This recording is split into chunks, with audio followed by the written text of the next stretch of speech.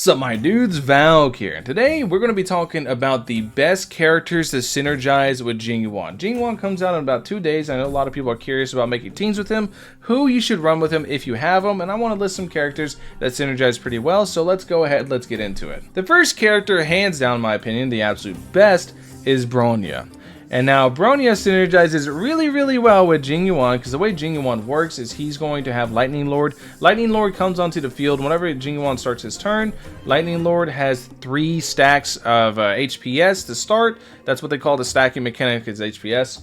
It's going to have 3 stacks of HPS to start. Whenever you use a skill, he gains 2 stacks of HPS. Whenever you use an ult, he gains 3 stacks of HPS. So if you're able to use his skill, use Bronya's skill to reset him so he can use his skill again, that right there puts him at 7 stacks of HPS, and use ult in the same turn, it puts him at max stacks of HPS. So Bronya allows you to basically reach max stacks without having to fiddle with speed any, so you can go into pure damage. The only issue with Bronya has whenever she's running alongside Jing Yuan is you have to keep in mind your skill point economy. Now, whenever you're talking about skill point economy with Bronya and Jing Yuan, I made a very big notepad thing talking about it. If you have Bronya's E1, you can kind of ignore this, but assuming that you can't outspeed your Lightning Lord fast enough to get 2 actions within a single turn before Lightning Lord actually goes off, this is kind of what you're going to have to follow. You're going to have to try to have 1 turn where you just normal with Bronya, and you go ahead and use Lightning Lord, or you use Jing Yuan's action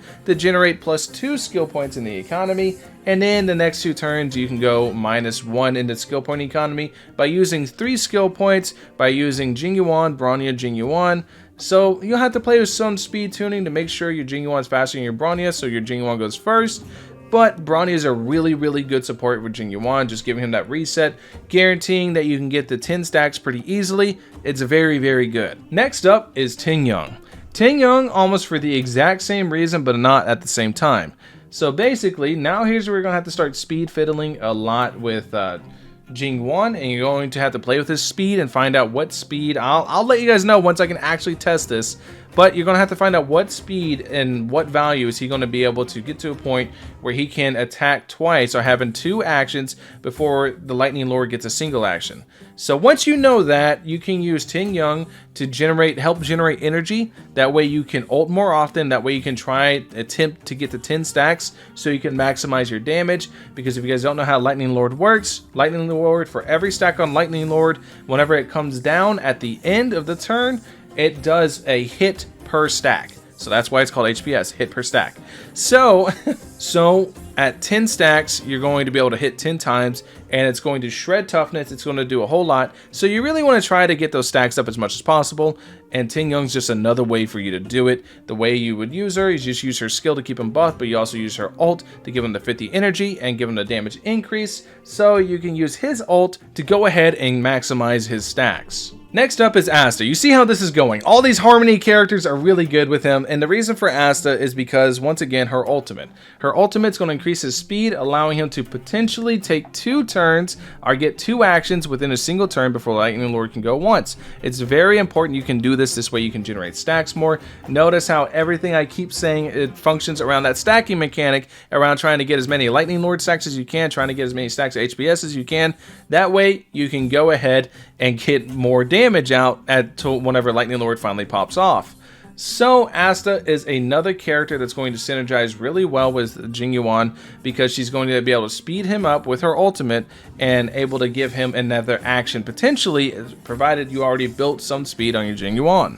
So next up comes like the sub DPS category, because Jing Yuan's going to be very skill point hungry, because ideally you're giving him 2 actions per turn, which means he's going to be using 2 skill points. So you're going to want characters like Clara, like Arlan, like Sampo, characters like that can function off a normal attack, or just able to generate damage without using skill points effectively. So ideally you're going to go damage, sub damage, which is going to be either Clara, like I said, Arlan, Sampo, and you're going to go support, and then you're going to go some sort of sustain, like Natasha, Bailu, Japard, etc. And you're going to use that kind of setup to funnel all of your skill points and all of your skill economy into Jing Yuan, and you're going to use that to try to get those stacks as high as possible. So you want characters that are going to be able to function without any skill points. So I'm kind of clumping them all in here just by showing Clara, because Clara plus Arlon plus Senpo kind of all fill in this role. Himiko too. Himiko can also function without using any skill points, but you're going to want a lot of characters. You're going to want these characters that just basically function without skill points as kind of like the second slot or the second damage in that team, because you're going to want to funnel all of your skill points very similar to Sela right into Jing Yuan to get those Lightning Lord stacks as high as possible. So that's the video for today. Hopefully this video helps you guys out, helps you guys understand some stuff. Keep in mind, I have a lot of questions about how he functions, and I'll be able to give you guys more in-depth stuff after I test him, and I'm going to test him extensively over the weekend. So you guys will get a guide coming next week that's going to cover exactly who's really, really good with him once I can test all this stuff.